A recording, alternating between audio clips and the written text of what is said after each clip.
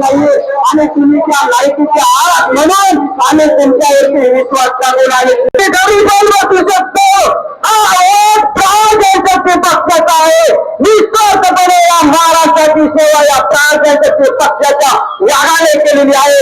माननीय बच्चूभाऊ साहेबांनी केलेली आहे. आजही शेतकऱ्यांसाठी सर्व समाजाला बांधवाला विनंती आहे. शेतकरी बांधवाला विनंती आहे. दिव्यांग बांधवाला विनंती आहे. अनाथ बांधवाला विनंती आहे. सर्व पुढारी नेत्यांना विनंती आहे की तुम्ही आपल्या जनतेच्या हक्कासाठी आपण लढलो पाहिजे. रस्त्यावरती उतरलो पाहिजे. लाजीरवाणी गोष्ट आहे. आज त्या दिव्यांग बांधवाला चालता येत नाही, त्याला बोलता येत नाही. तुम्ही अशा लोकांना चालू वर्ष तुम्ही बोलू टाका आहे. त्यांच्या हक्काच्या योजना बोलू नका.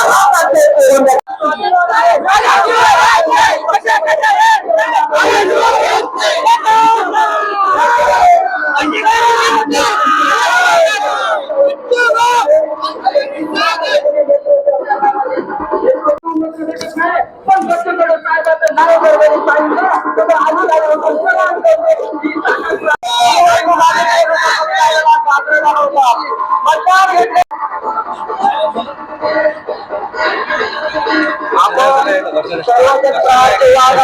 आपला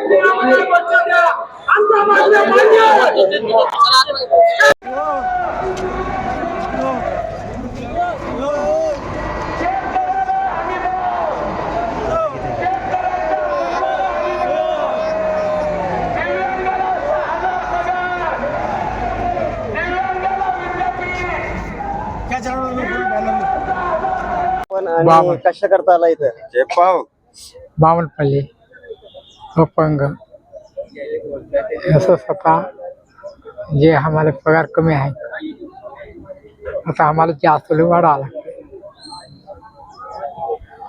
काय अपेक्षा आणखी काय शासनाने काय करावं?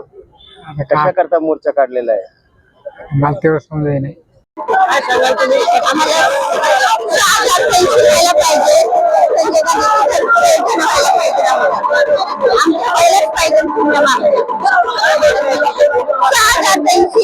आणि घरकुल योजना पाहिजे आणि सगळं आरक्षण पाहिजे. पेन्शन वाढली पाहिजे. वंदना शेडगे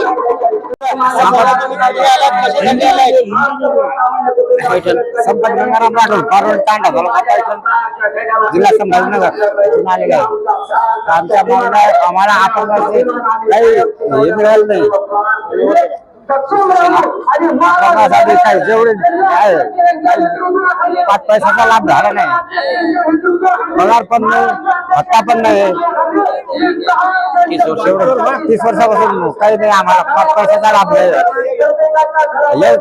एक पण मिळालं नाही आम्हाला. आम्ही बस परत नाही 25 वर्षापासून मला काही मिळालं नाही. पाहिजे. आम्ही येरगावातून आलेलो आहे. आमच्या दिव्यांगासाठी आम्हाला 6,000 मिळालेच पाहिजे. आमच्या महिन्याला आम्हाला 6,000 पगार मिळालेच पाहिजे.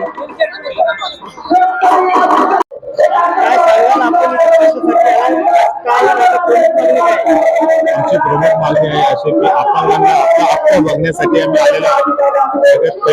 पहिली महत्वाची ही गोष्ट आणि भाऊंनी जे आम्हाला आव्हान दिलेलं आहे तर हे आम्ही पूर्ण होईपर्यंत इकडनं हलणार नाही आहे. आमचा शेवटचा हे आहे आणि आमच्या अपंगाला न्याय भेटणं गरजेचं आहे. रोजगारही भेटणं गरजेचं आहे.